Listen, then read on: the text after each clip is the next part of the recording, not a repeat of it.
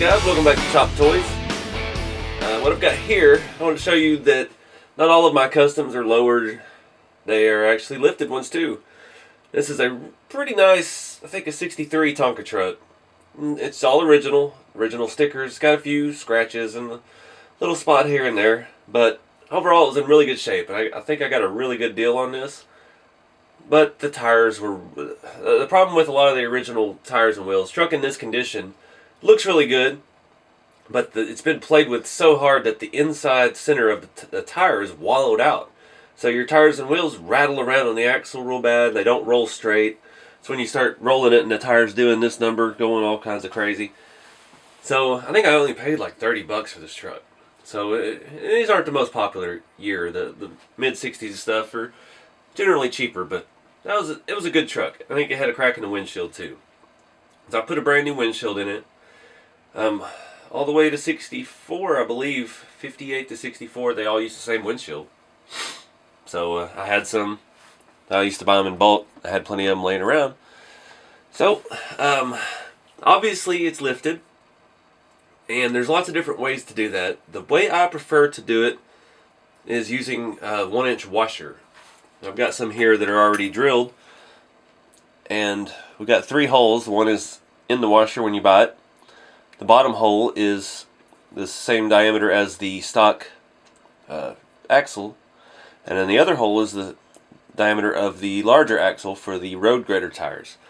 Now your Tonka road graders they have 6 tires, and there's plenty of them around. They're in various conditions, but a complete road grader with the blade and everything, $150, $120.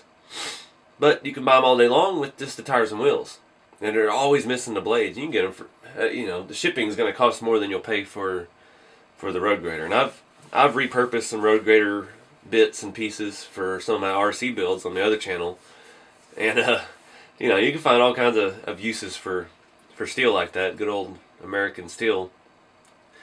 But the tires in good condition are hard to find, and again I had to refurbish these tires. The rubber was pretty hard. Even had to modify the hubcaps quite a bit, just filing down the edges. Use a Dremel and just kind of let it spin on your finger, and work the edge down a little bit and get them in.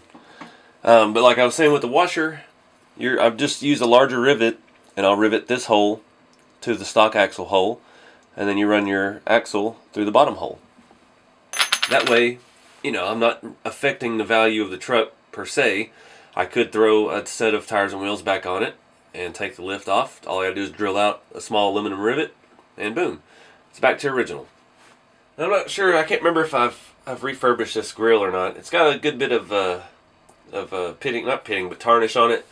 I may have polished it up once. These were all had a slight zinc coating on them, and it just didn't hold up over the years. I mean, we're talking almost over 60 years now. But it's still bright, and it could be polished and buffed back down. You just have to get some of that stuff off of it. But all the headlights are there and look pretty good. Like I said, a new windshield. These toolboxes I use, not sure if I have any extras laying around. These are available Tractor Supply, Home Depot, Lowe's. They're gift card holders, and they always have them around Christmas time, or Lowe's and Home Depot have them all the time. They're like $3 or $4, and it's actually 10, and it's made to hold a gift card to give it to somebody for Christmas. But these fit perfectly in the Tonka truck beds. They fit perfect. So we've got a scale toolbox in there just because, and it's wedged in there. It fits nice and snug. You don't have to do any modifications to the truck again. Like I said, this was a really nice original truck. I didn't want to hack it up, so we just did everything done to it could be reversed. You better look at the toolbox, and it's got the original tailgate. On the later trucks, they did away with the chains because every kid lost the chains, and he wouldn't stay shut without those. So they just have tabs that stick through, and you kind of fold them over to hold the tailgate shut. And if you bent them the right amount, you could still pop the tailgate open and closed. It was kind of like finding the balance. This truck has a built-in trailer hitch on the end of the frame, which is another later addition. That's the younger ones. The earlier models didn't have. But really nice shape, really Really like this truck. Another difference with these later model trucks, it has a fake leaf spring made onto the side of the frame.